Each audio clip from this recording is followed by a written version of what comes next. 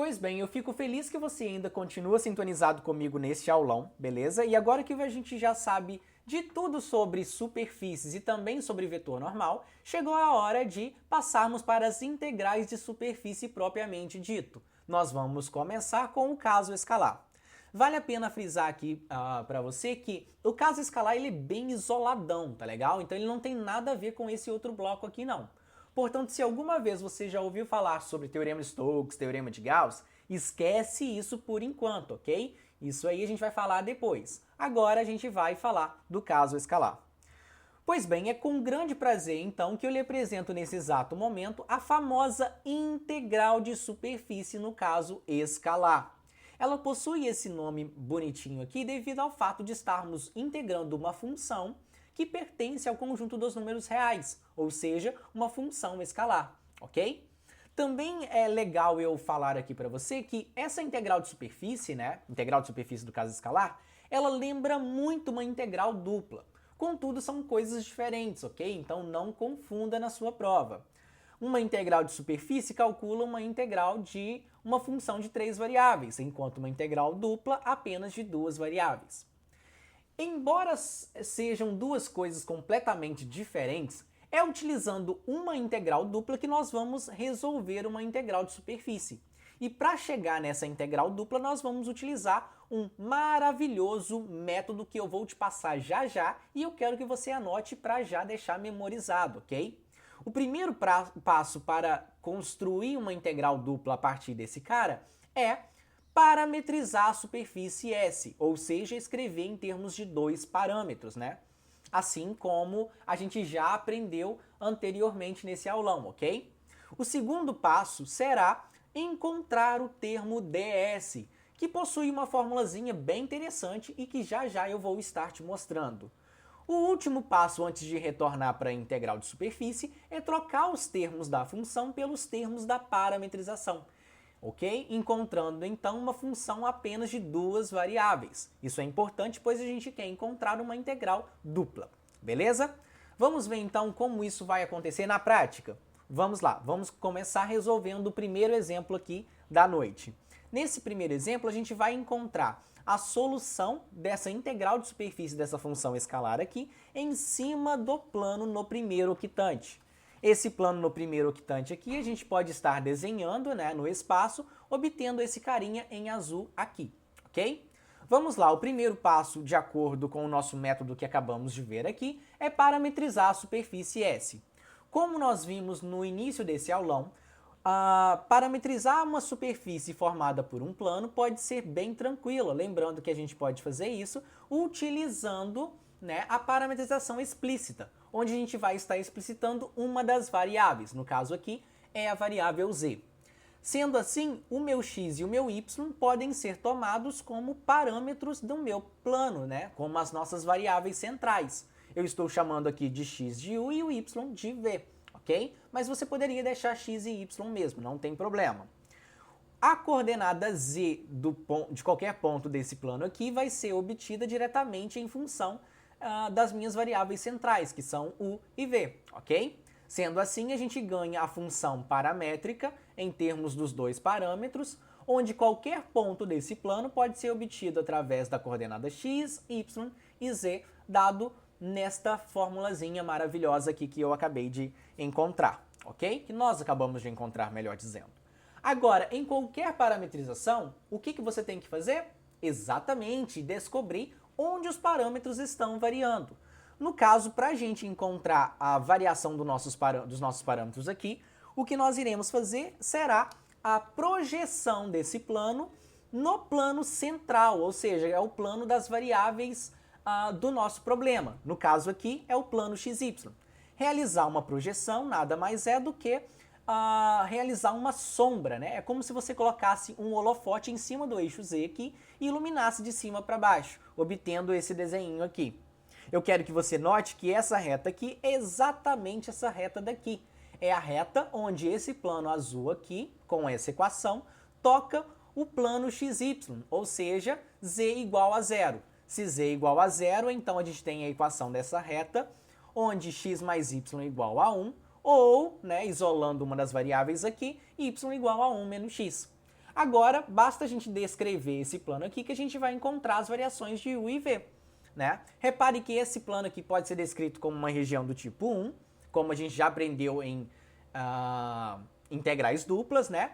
Onde a gente vai classificar aqui o x entre 0 e 1, ou seja, como o x é o u varia de 0 a 1, enquanto o nosso y varia da reta y igual a 0 até a reta superior y igual a 1 menos x. Ou seja, o nosso v, que é a mesma coisa que y, varia de 0 a 1 menos x, no caso 1 menos u. Prontinho, com a parametrização concluída e com os limites definidos, a gente pode então passar para o segundo passo de acordo com aquele método maravilhoso que a gente viu anteriormente, certo? Ou seja, buscar o termo ds. Como que a gente vai fazer isso? A gente sempre vai utilizar essa formulinha aqui, ó. O termo ds pode ser encontrado utilizando o módulo do vetor normal du dv, que são os termos da minha parametrização, certo? Se a parametrização fosse em termos de x e y, seria dx e dy. Não é o caso aqui. Esse vetor normal é exatamente o vetor normal do módulo anterior, né? Que pode ser sempre determinado utilizando essa outra formulazinha aqui. Ou seja, a derivada da parametrização em relação ao primeiro parâmetro, produto vetorial com a derivada da parametrização em relação ao segundo parâmetro.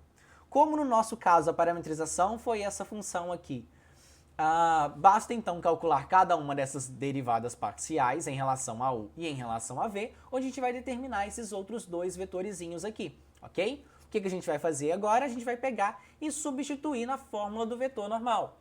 Você tem que se recordar que um produto vetorial sempre pode ser encontrado utilizando um determinante, certo? Onde a primeira linha será a linha dos vetores na direção x, y, z, ok? A segunda linha será essa derivada aqui e a terceira linha será essa outra derivada que acabamos de determinar. O que a gente faz agora? A gente calcula o determinante como manda o nosso figurino, ou seja, repetindo essas duas colunas e depois multiplicando, né, cruzado, onde a gente vai obter, no caso aqui, que o vetor normal é o vetor 1, 1 e 1, ok? Beleza, com o vetor normal encontrado, né, o que a gente vai fazer? A gente vai extrair o módulo para encontrar o termo ds. Extrair o módulo nada mais é do que encontrar a raiz quadrada dos termos desse vetor normal aqui elevado ao quadrado, né, da soma deles ao quadrado. Simplificando um pouquinho, a gente vai encontrar que o termo ds, no caso, vale raiz de 3 du dv, ok? Com o termo ds em mãos, o que a gente vai fazer? A gente vai passar para o nosso terceiro e último passo antes de retornar para a integral. Ah, Emanuel, é bem metódico assim? Sim, é muito metódico, por isso que basta você anotar esse passo a passo aí bonitinho que você vai sempre conseguir resolver qualquer problema. Mas vamos lá. Substituir os termos da parametrização na função nada mais é do que você pegar a função que você está trabalhando, né, no caso essa daqui, e substituir tudo que é x por u, tudo que é y por v e tudo que é z por essa outra expressãozinha daqui, onde a gente vai encontrar essa funçãozinha aqui e simplificando essa função em termos da parametrização, ok? Isso aqui é apenas uma anotação, então não se assuste muito com ela. Eu quero também que você perceba que essa função aqui é sempre mais simples, né? Normalmente ela será também. Vamos lá, a última coisa que a gente vai fazer aqui agora é retornar para a integral de superfície e substituir tudo que a gente encontrou anteriormente, encontrando então, tcharam, a famosa integral dupla que eu te prometi no início desse módulo, desse aulão, ok? O que a gente vai fazer agora? A gente vai resolver essa integral dupla como manda o figurino de soluções de integrais duplas. Ou seja, se você quiser resolver utilizando mudança de coordenada, pode. Se você quiser resolver utilizando mudança de ordem aqui também, pode, tá legal? Você quem manda nesse negócio aqui. Nesse caso, né, resolver essa integral dupla aqui está bem tranquilo, basta a gente passar esse raiz de 3 para o lado de fora, né, já que a raiz de 3 é uma constante, e integrar em relação a v, ficando com v ao cubo sobre 3. Substituindo então os limites e calculando a última integral, a gente vai obter o resultado dessa integral de superfície aqui, que é menos raiz de 3 sobre 12, ok? Então a gente conclui que qualquer integral de superfície a gente sempre pode resolver utilizando esse maravilhoso passo a passo aqui. Ou seja, primeiro parametriza, depois encontra o termo ds e depois substitui a função f de x, y e z. Eu quero que você perceba aqui também que esses dois últimos passos aqui são intercaláveis, ou seja, você pode trocá-los, ok? Sem grandes problemas. Esse primeiro passo aqui não, você sempre tem que começar parametrizando, beleza? Então vamos ver agora algumas aplicações que é de fato como a integral de superfície vai aparecer para você na sua prova, beleza? Vamos lá. Beleza, então as formas mais comuns disso acontecer é literalmente através das aplicações, onde a primeira delas será a área de alguma superfície. Toda vez que o seu professor te pedir esse troço aqui, o que ele quer na real é que você calcule uma integral de superfície da função escalar 1ds em cima da superfície que você está buscando a área, beleza? Outra forma muito comum de aplicação é o seu professor te pedir para você calcular a massa de alguma superfície. Se ele te pedir isso, então você vai calcular novamente uma integral de superfície, só que dessa vez calculando a integral da função de densidade em cima de S, ok? Essa função de densidade aqui você não tem que se preocupar muito com ela, afinal de contas, ela será uma informação do seu problema, beleza? O seu professor vai te informar quem ela é. Então vamos ver aqui mais um exemplo para a gente fixar o passo a passo e também para a gente ver essas aplicações aplicadas, né? Digamos assim. Vamos lá, no nosso segundo exemplo aqui a gente vai calcular a área da superfície S definida por essa equação delimitada com z entre 0 e 2. Esse carinha aqui nada mais é do que um paraboloide ao redor de z, já que z é igual a x² mais y². No geral, os paraboloides são infinitos. Como a gente não trabalha com nada infinito aqui, o nosso problema delimitou esse paraboloide até a alturinha z igual a 2, ok? Então a gente só quer essa tigelinha aqui, nada mais do que isso. Beleza. Como nós vimos, né, no primeiro exemplo, para a gente resolver uma integral de superfície, né, já que a gente quer calcular a área, a primeira coisa a se fazer é parametrizar tal superfície. E a gente pode fazer isso utilizando parametrização explícita, já que z aqui está quase explícito em função de x e y. Eu disse quase porque ainda tem esse 2 na frente de z aqui, né? Mas é bem tranquilo isolar esse cara, basta passar esse 2 para o outro lado, dividindo. Sendo assim, a gente pode falar, assim como no primeiro exemplo, que x e y são os nossos parâmetros centrais do problema, e a coordenada z do nosso paraboloide é definida através dessa relação de x e y aqui, ou seja, x² sobre 2 mais y² sobre 2, ok? Prontinho, essa aqui basicamente é a função paramétrica que define os pontos desse paraboloide. Ainda não concluímos a parametrização, pois precisamos determinar onde os parâmetros estão variando, certo? Para fazer isso, o que nós vamos fazer é olhar novamente para a nossa superfície, só que dessa vez olhar para a projeção dela no plano XY. Ou seja, como se a gente colocasse um holofote em cima do eixo Z e iluminasse de cima para baixo, assim como nós fizemos no primeiro exemplo. Reparem que nesse caso aqui nós obtivemos algo parecido com um círculo, né? Como em matemática a gente não pode ter nada parecido, e sim nós temos que ter certeza, nós precisamos conferir se isso aqui realmente é um círculo.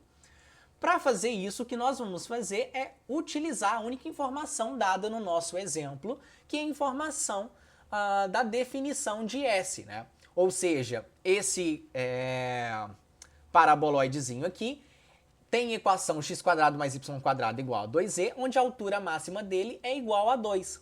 Reparem então que se a gente pegar essa altura igual a 2 aqui, que é a altura máxima, e substituir nessa equação do paraboloide, a gente vai determinar a equação dessa circunferência máxima desse paraboloide aqui, né, da borda dele. Basta você isolar que você vai ver isso.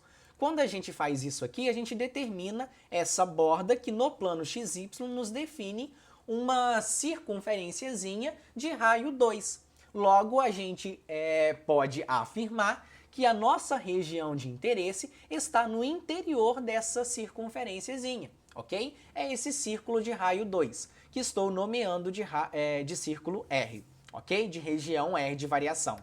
Para não atrapalhar o nosso problema aqui, a gente vai simplesmente falar que o x e o y variam no interior dessa região circular aqui. Depois, mais para frente, se precisar, a gente descreve em coordenadas polares, como a gente já aprendeu em integrais duplas, tá bom? Então vamos prosseguir com a nossa solução da integral de superfície. Agora nós vamos substituir os termos dessa função aqui, x, y, z, pelos termos da parametrização. Como nos termos da parametrização foram x igual a x, y igual a y e só trocamos o z, caso f possuísse z, a gente trocaria esse z por essa expressão. Como a nossa função é a função igual a 1, né, a constante 1, já que a gente está buscando a área, não precisa substituir nada, entendeu? Mas se tivesse z aqui no lugar de 1, a gente teria que trocar por essa expressão. Beleza, o que a gente vai fazer agora? A gente vai encontrar o termo ds. Repare então aqui que a gente trocou, né, a ordem de integração, a ordem de solução aqui, como a gente fez no passo 1, no exemplo 1, né? A gente primeiro substituiu e agora a gente vai encontrar o termo ds. Opa, tem muita coisa nessa tela aqui, né? Vamos esconder um pouco para a gente ir devagar. O termo ds, a gente viu no primeiro exemplo, sempre pode ser determinado utilizando o módulo do vetor normal, dx, dy, que são os termos da parametrização no caso aqui. O vetor normal sempre pode ser determinado para a gente utilizando essa expressão, né? Como sendo o produto vetorial entre essas duas derivadas parciais. Exatamente igual como nós vimos no exemplo 1. Porém, como nós utilizamos uma parametrização através do gráfico de uma função onde z é igual à função de x e y, né? No caso aqui z é igual a essa expressão, toda vez que isso acontecer, nós podemos utilizar então o macete maravilhoso do cálculo do vetor normal, onde a gente vai encontrar tal vetor utilizando menos a derivada de z em relação a x, vírgula, menos a derivada de z em relação a y, vírgula 1, ok? Aqui não tem mistério algum, basta a gente derivar, né, essa expressãozinha aqui, onde a gente vai determinar, nesse caso aqui, que o vetor normal é o menos x, menos y e 1. O que a gente vai fazer agora? Extrair o módulo para encontrar o termo ds, né? Para extrair o módulo, a gente viu que basta calcular a raiz quadrada dos termos do vetor normal elevado ao quadrado, né, somando. E simplificando um pouquinho aqui, a gente vai determinar que o vetor normal nesse caso é esse carinha. Logo, o termo ds é esse outro carinha aqui. Beleza? O que a gente faz agora? A gente pode retornar a integral que a gente está trabalhando, ou seja, com a integral que calcula a área. Daí basta substituir tanto s quanto ds, formando essa integral dupla daqui. Eu quero que você note que eu troquei aqui o s por r, já que agora nós estamos trabalhando com uma integral dupla nas variáveis x e y. Portanto, a gente tem que colocar a região de variação desses dois caras, tá bom? Enquanto que aqui a gente estava trabalhando ainda com uma integral de superfície. Com essa integral dupla aqui, devido ao fato de estarmos trabalhando em cima de uma região circular, nós podemos prosseguir com a solução desse nosso exemplo utilizando as coordenadas polares, onde a gente vai trocar x por r cosseno θ, y por r seno θ. Uma equação que sempre é muito útil é a equação da circunferência, né? x² mais y² igual a r². E não podemos esquecer do nosso amigo jacobiano, que no caso vale r, beleza? Agora, em toda mudança, a gente precisa definir quais são, né, os limites das variáveis novas. No caso aqui, quais são os limites da variável r e da variável θ. Para isso, a gente vai olhar novamente para a nossa região R de integração, certo? Repare que nessa região R de integração aqui, nós podemos falar que o nosso raio está variando da origem até o raio máximo, que é o raio 2, ok? Enquanto o nosso ângulo θ está dando uma volta completa, portanto, saindo daqui, que é o ângulo θ igual a 0, e chegando em 2π, beleza? Que é 360 graus. Prontinho, com isso em mãos, então a gente pode voltar para a integral dupla e simplesmente substituir, ficando com essa integral aqui. Você não pode deixar de esquecer, né? Na verdade você não pode esquecer de multiplicar essa expressãozinha aqui pelo jacobiano, que no nosso caso vale r, ok? Para resolver essa integral dupla aqui agora, a gente pode realizar uma mudança, certo? Uma mudança de variável, onde a gente vai chamar esse termo da raiz aqui de uma variável qualquer, no caso aqui, t, ok? Nós podemos derivar, então, para determinar esse RdR. Repare que RdR nada mais é do que dt sobre 2, né, passando esse 2 para o outro lado.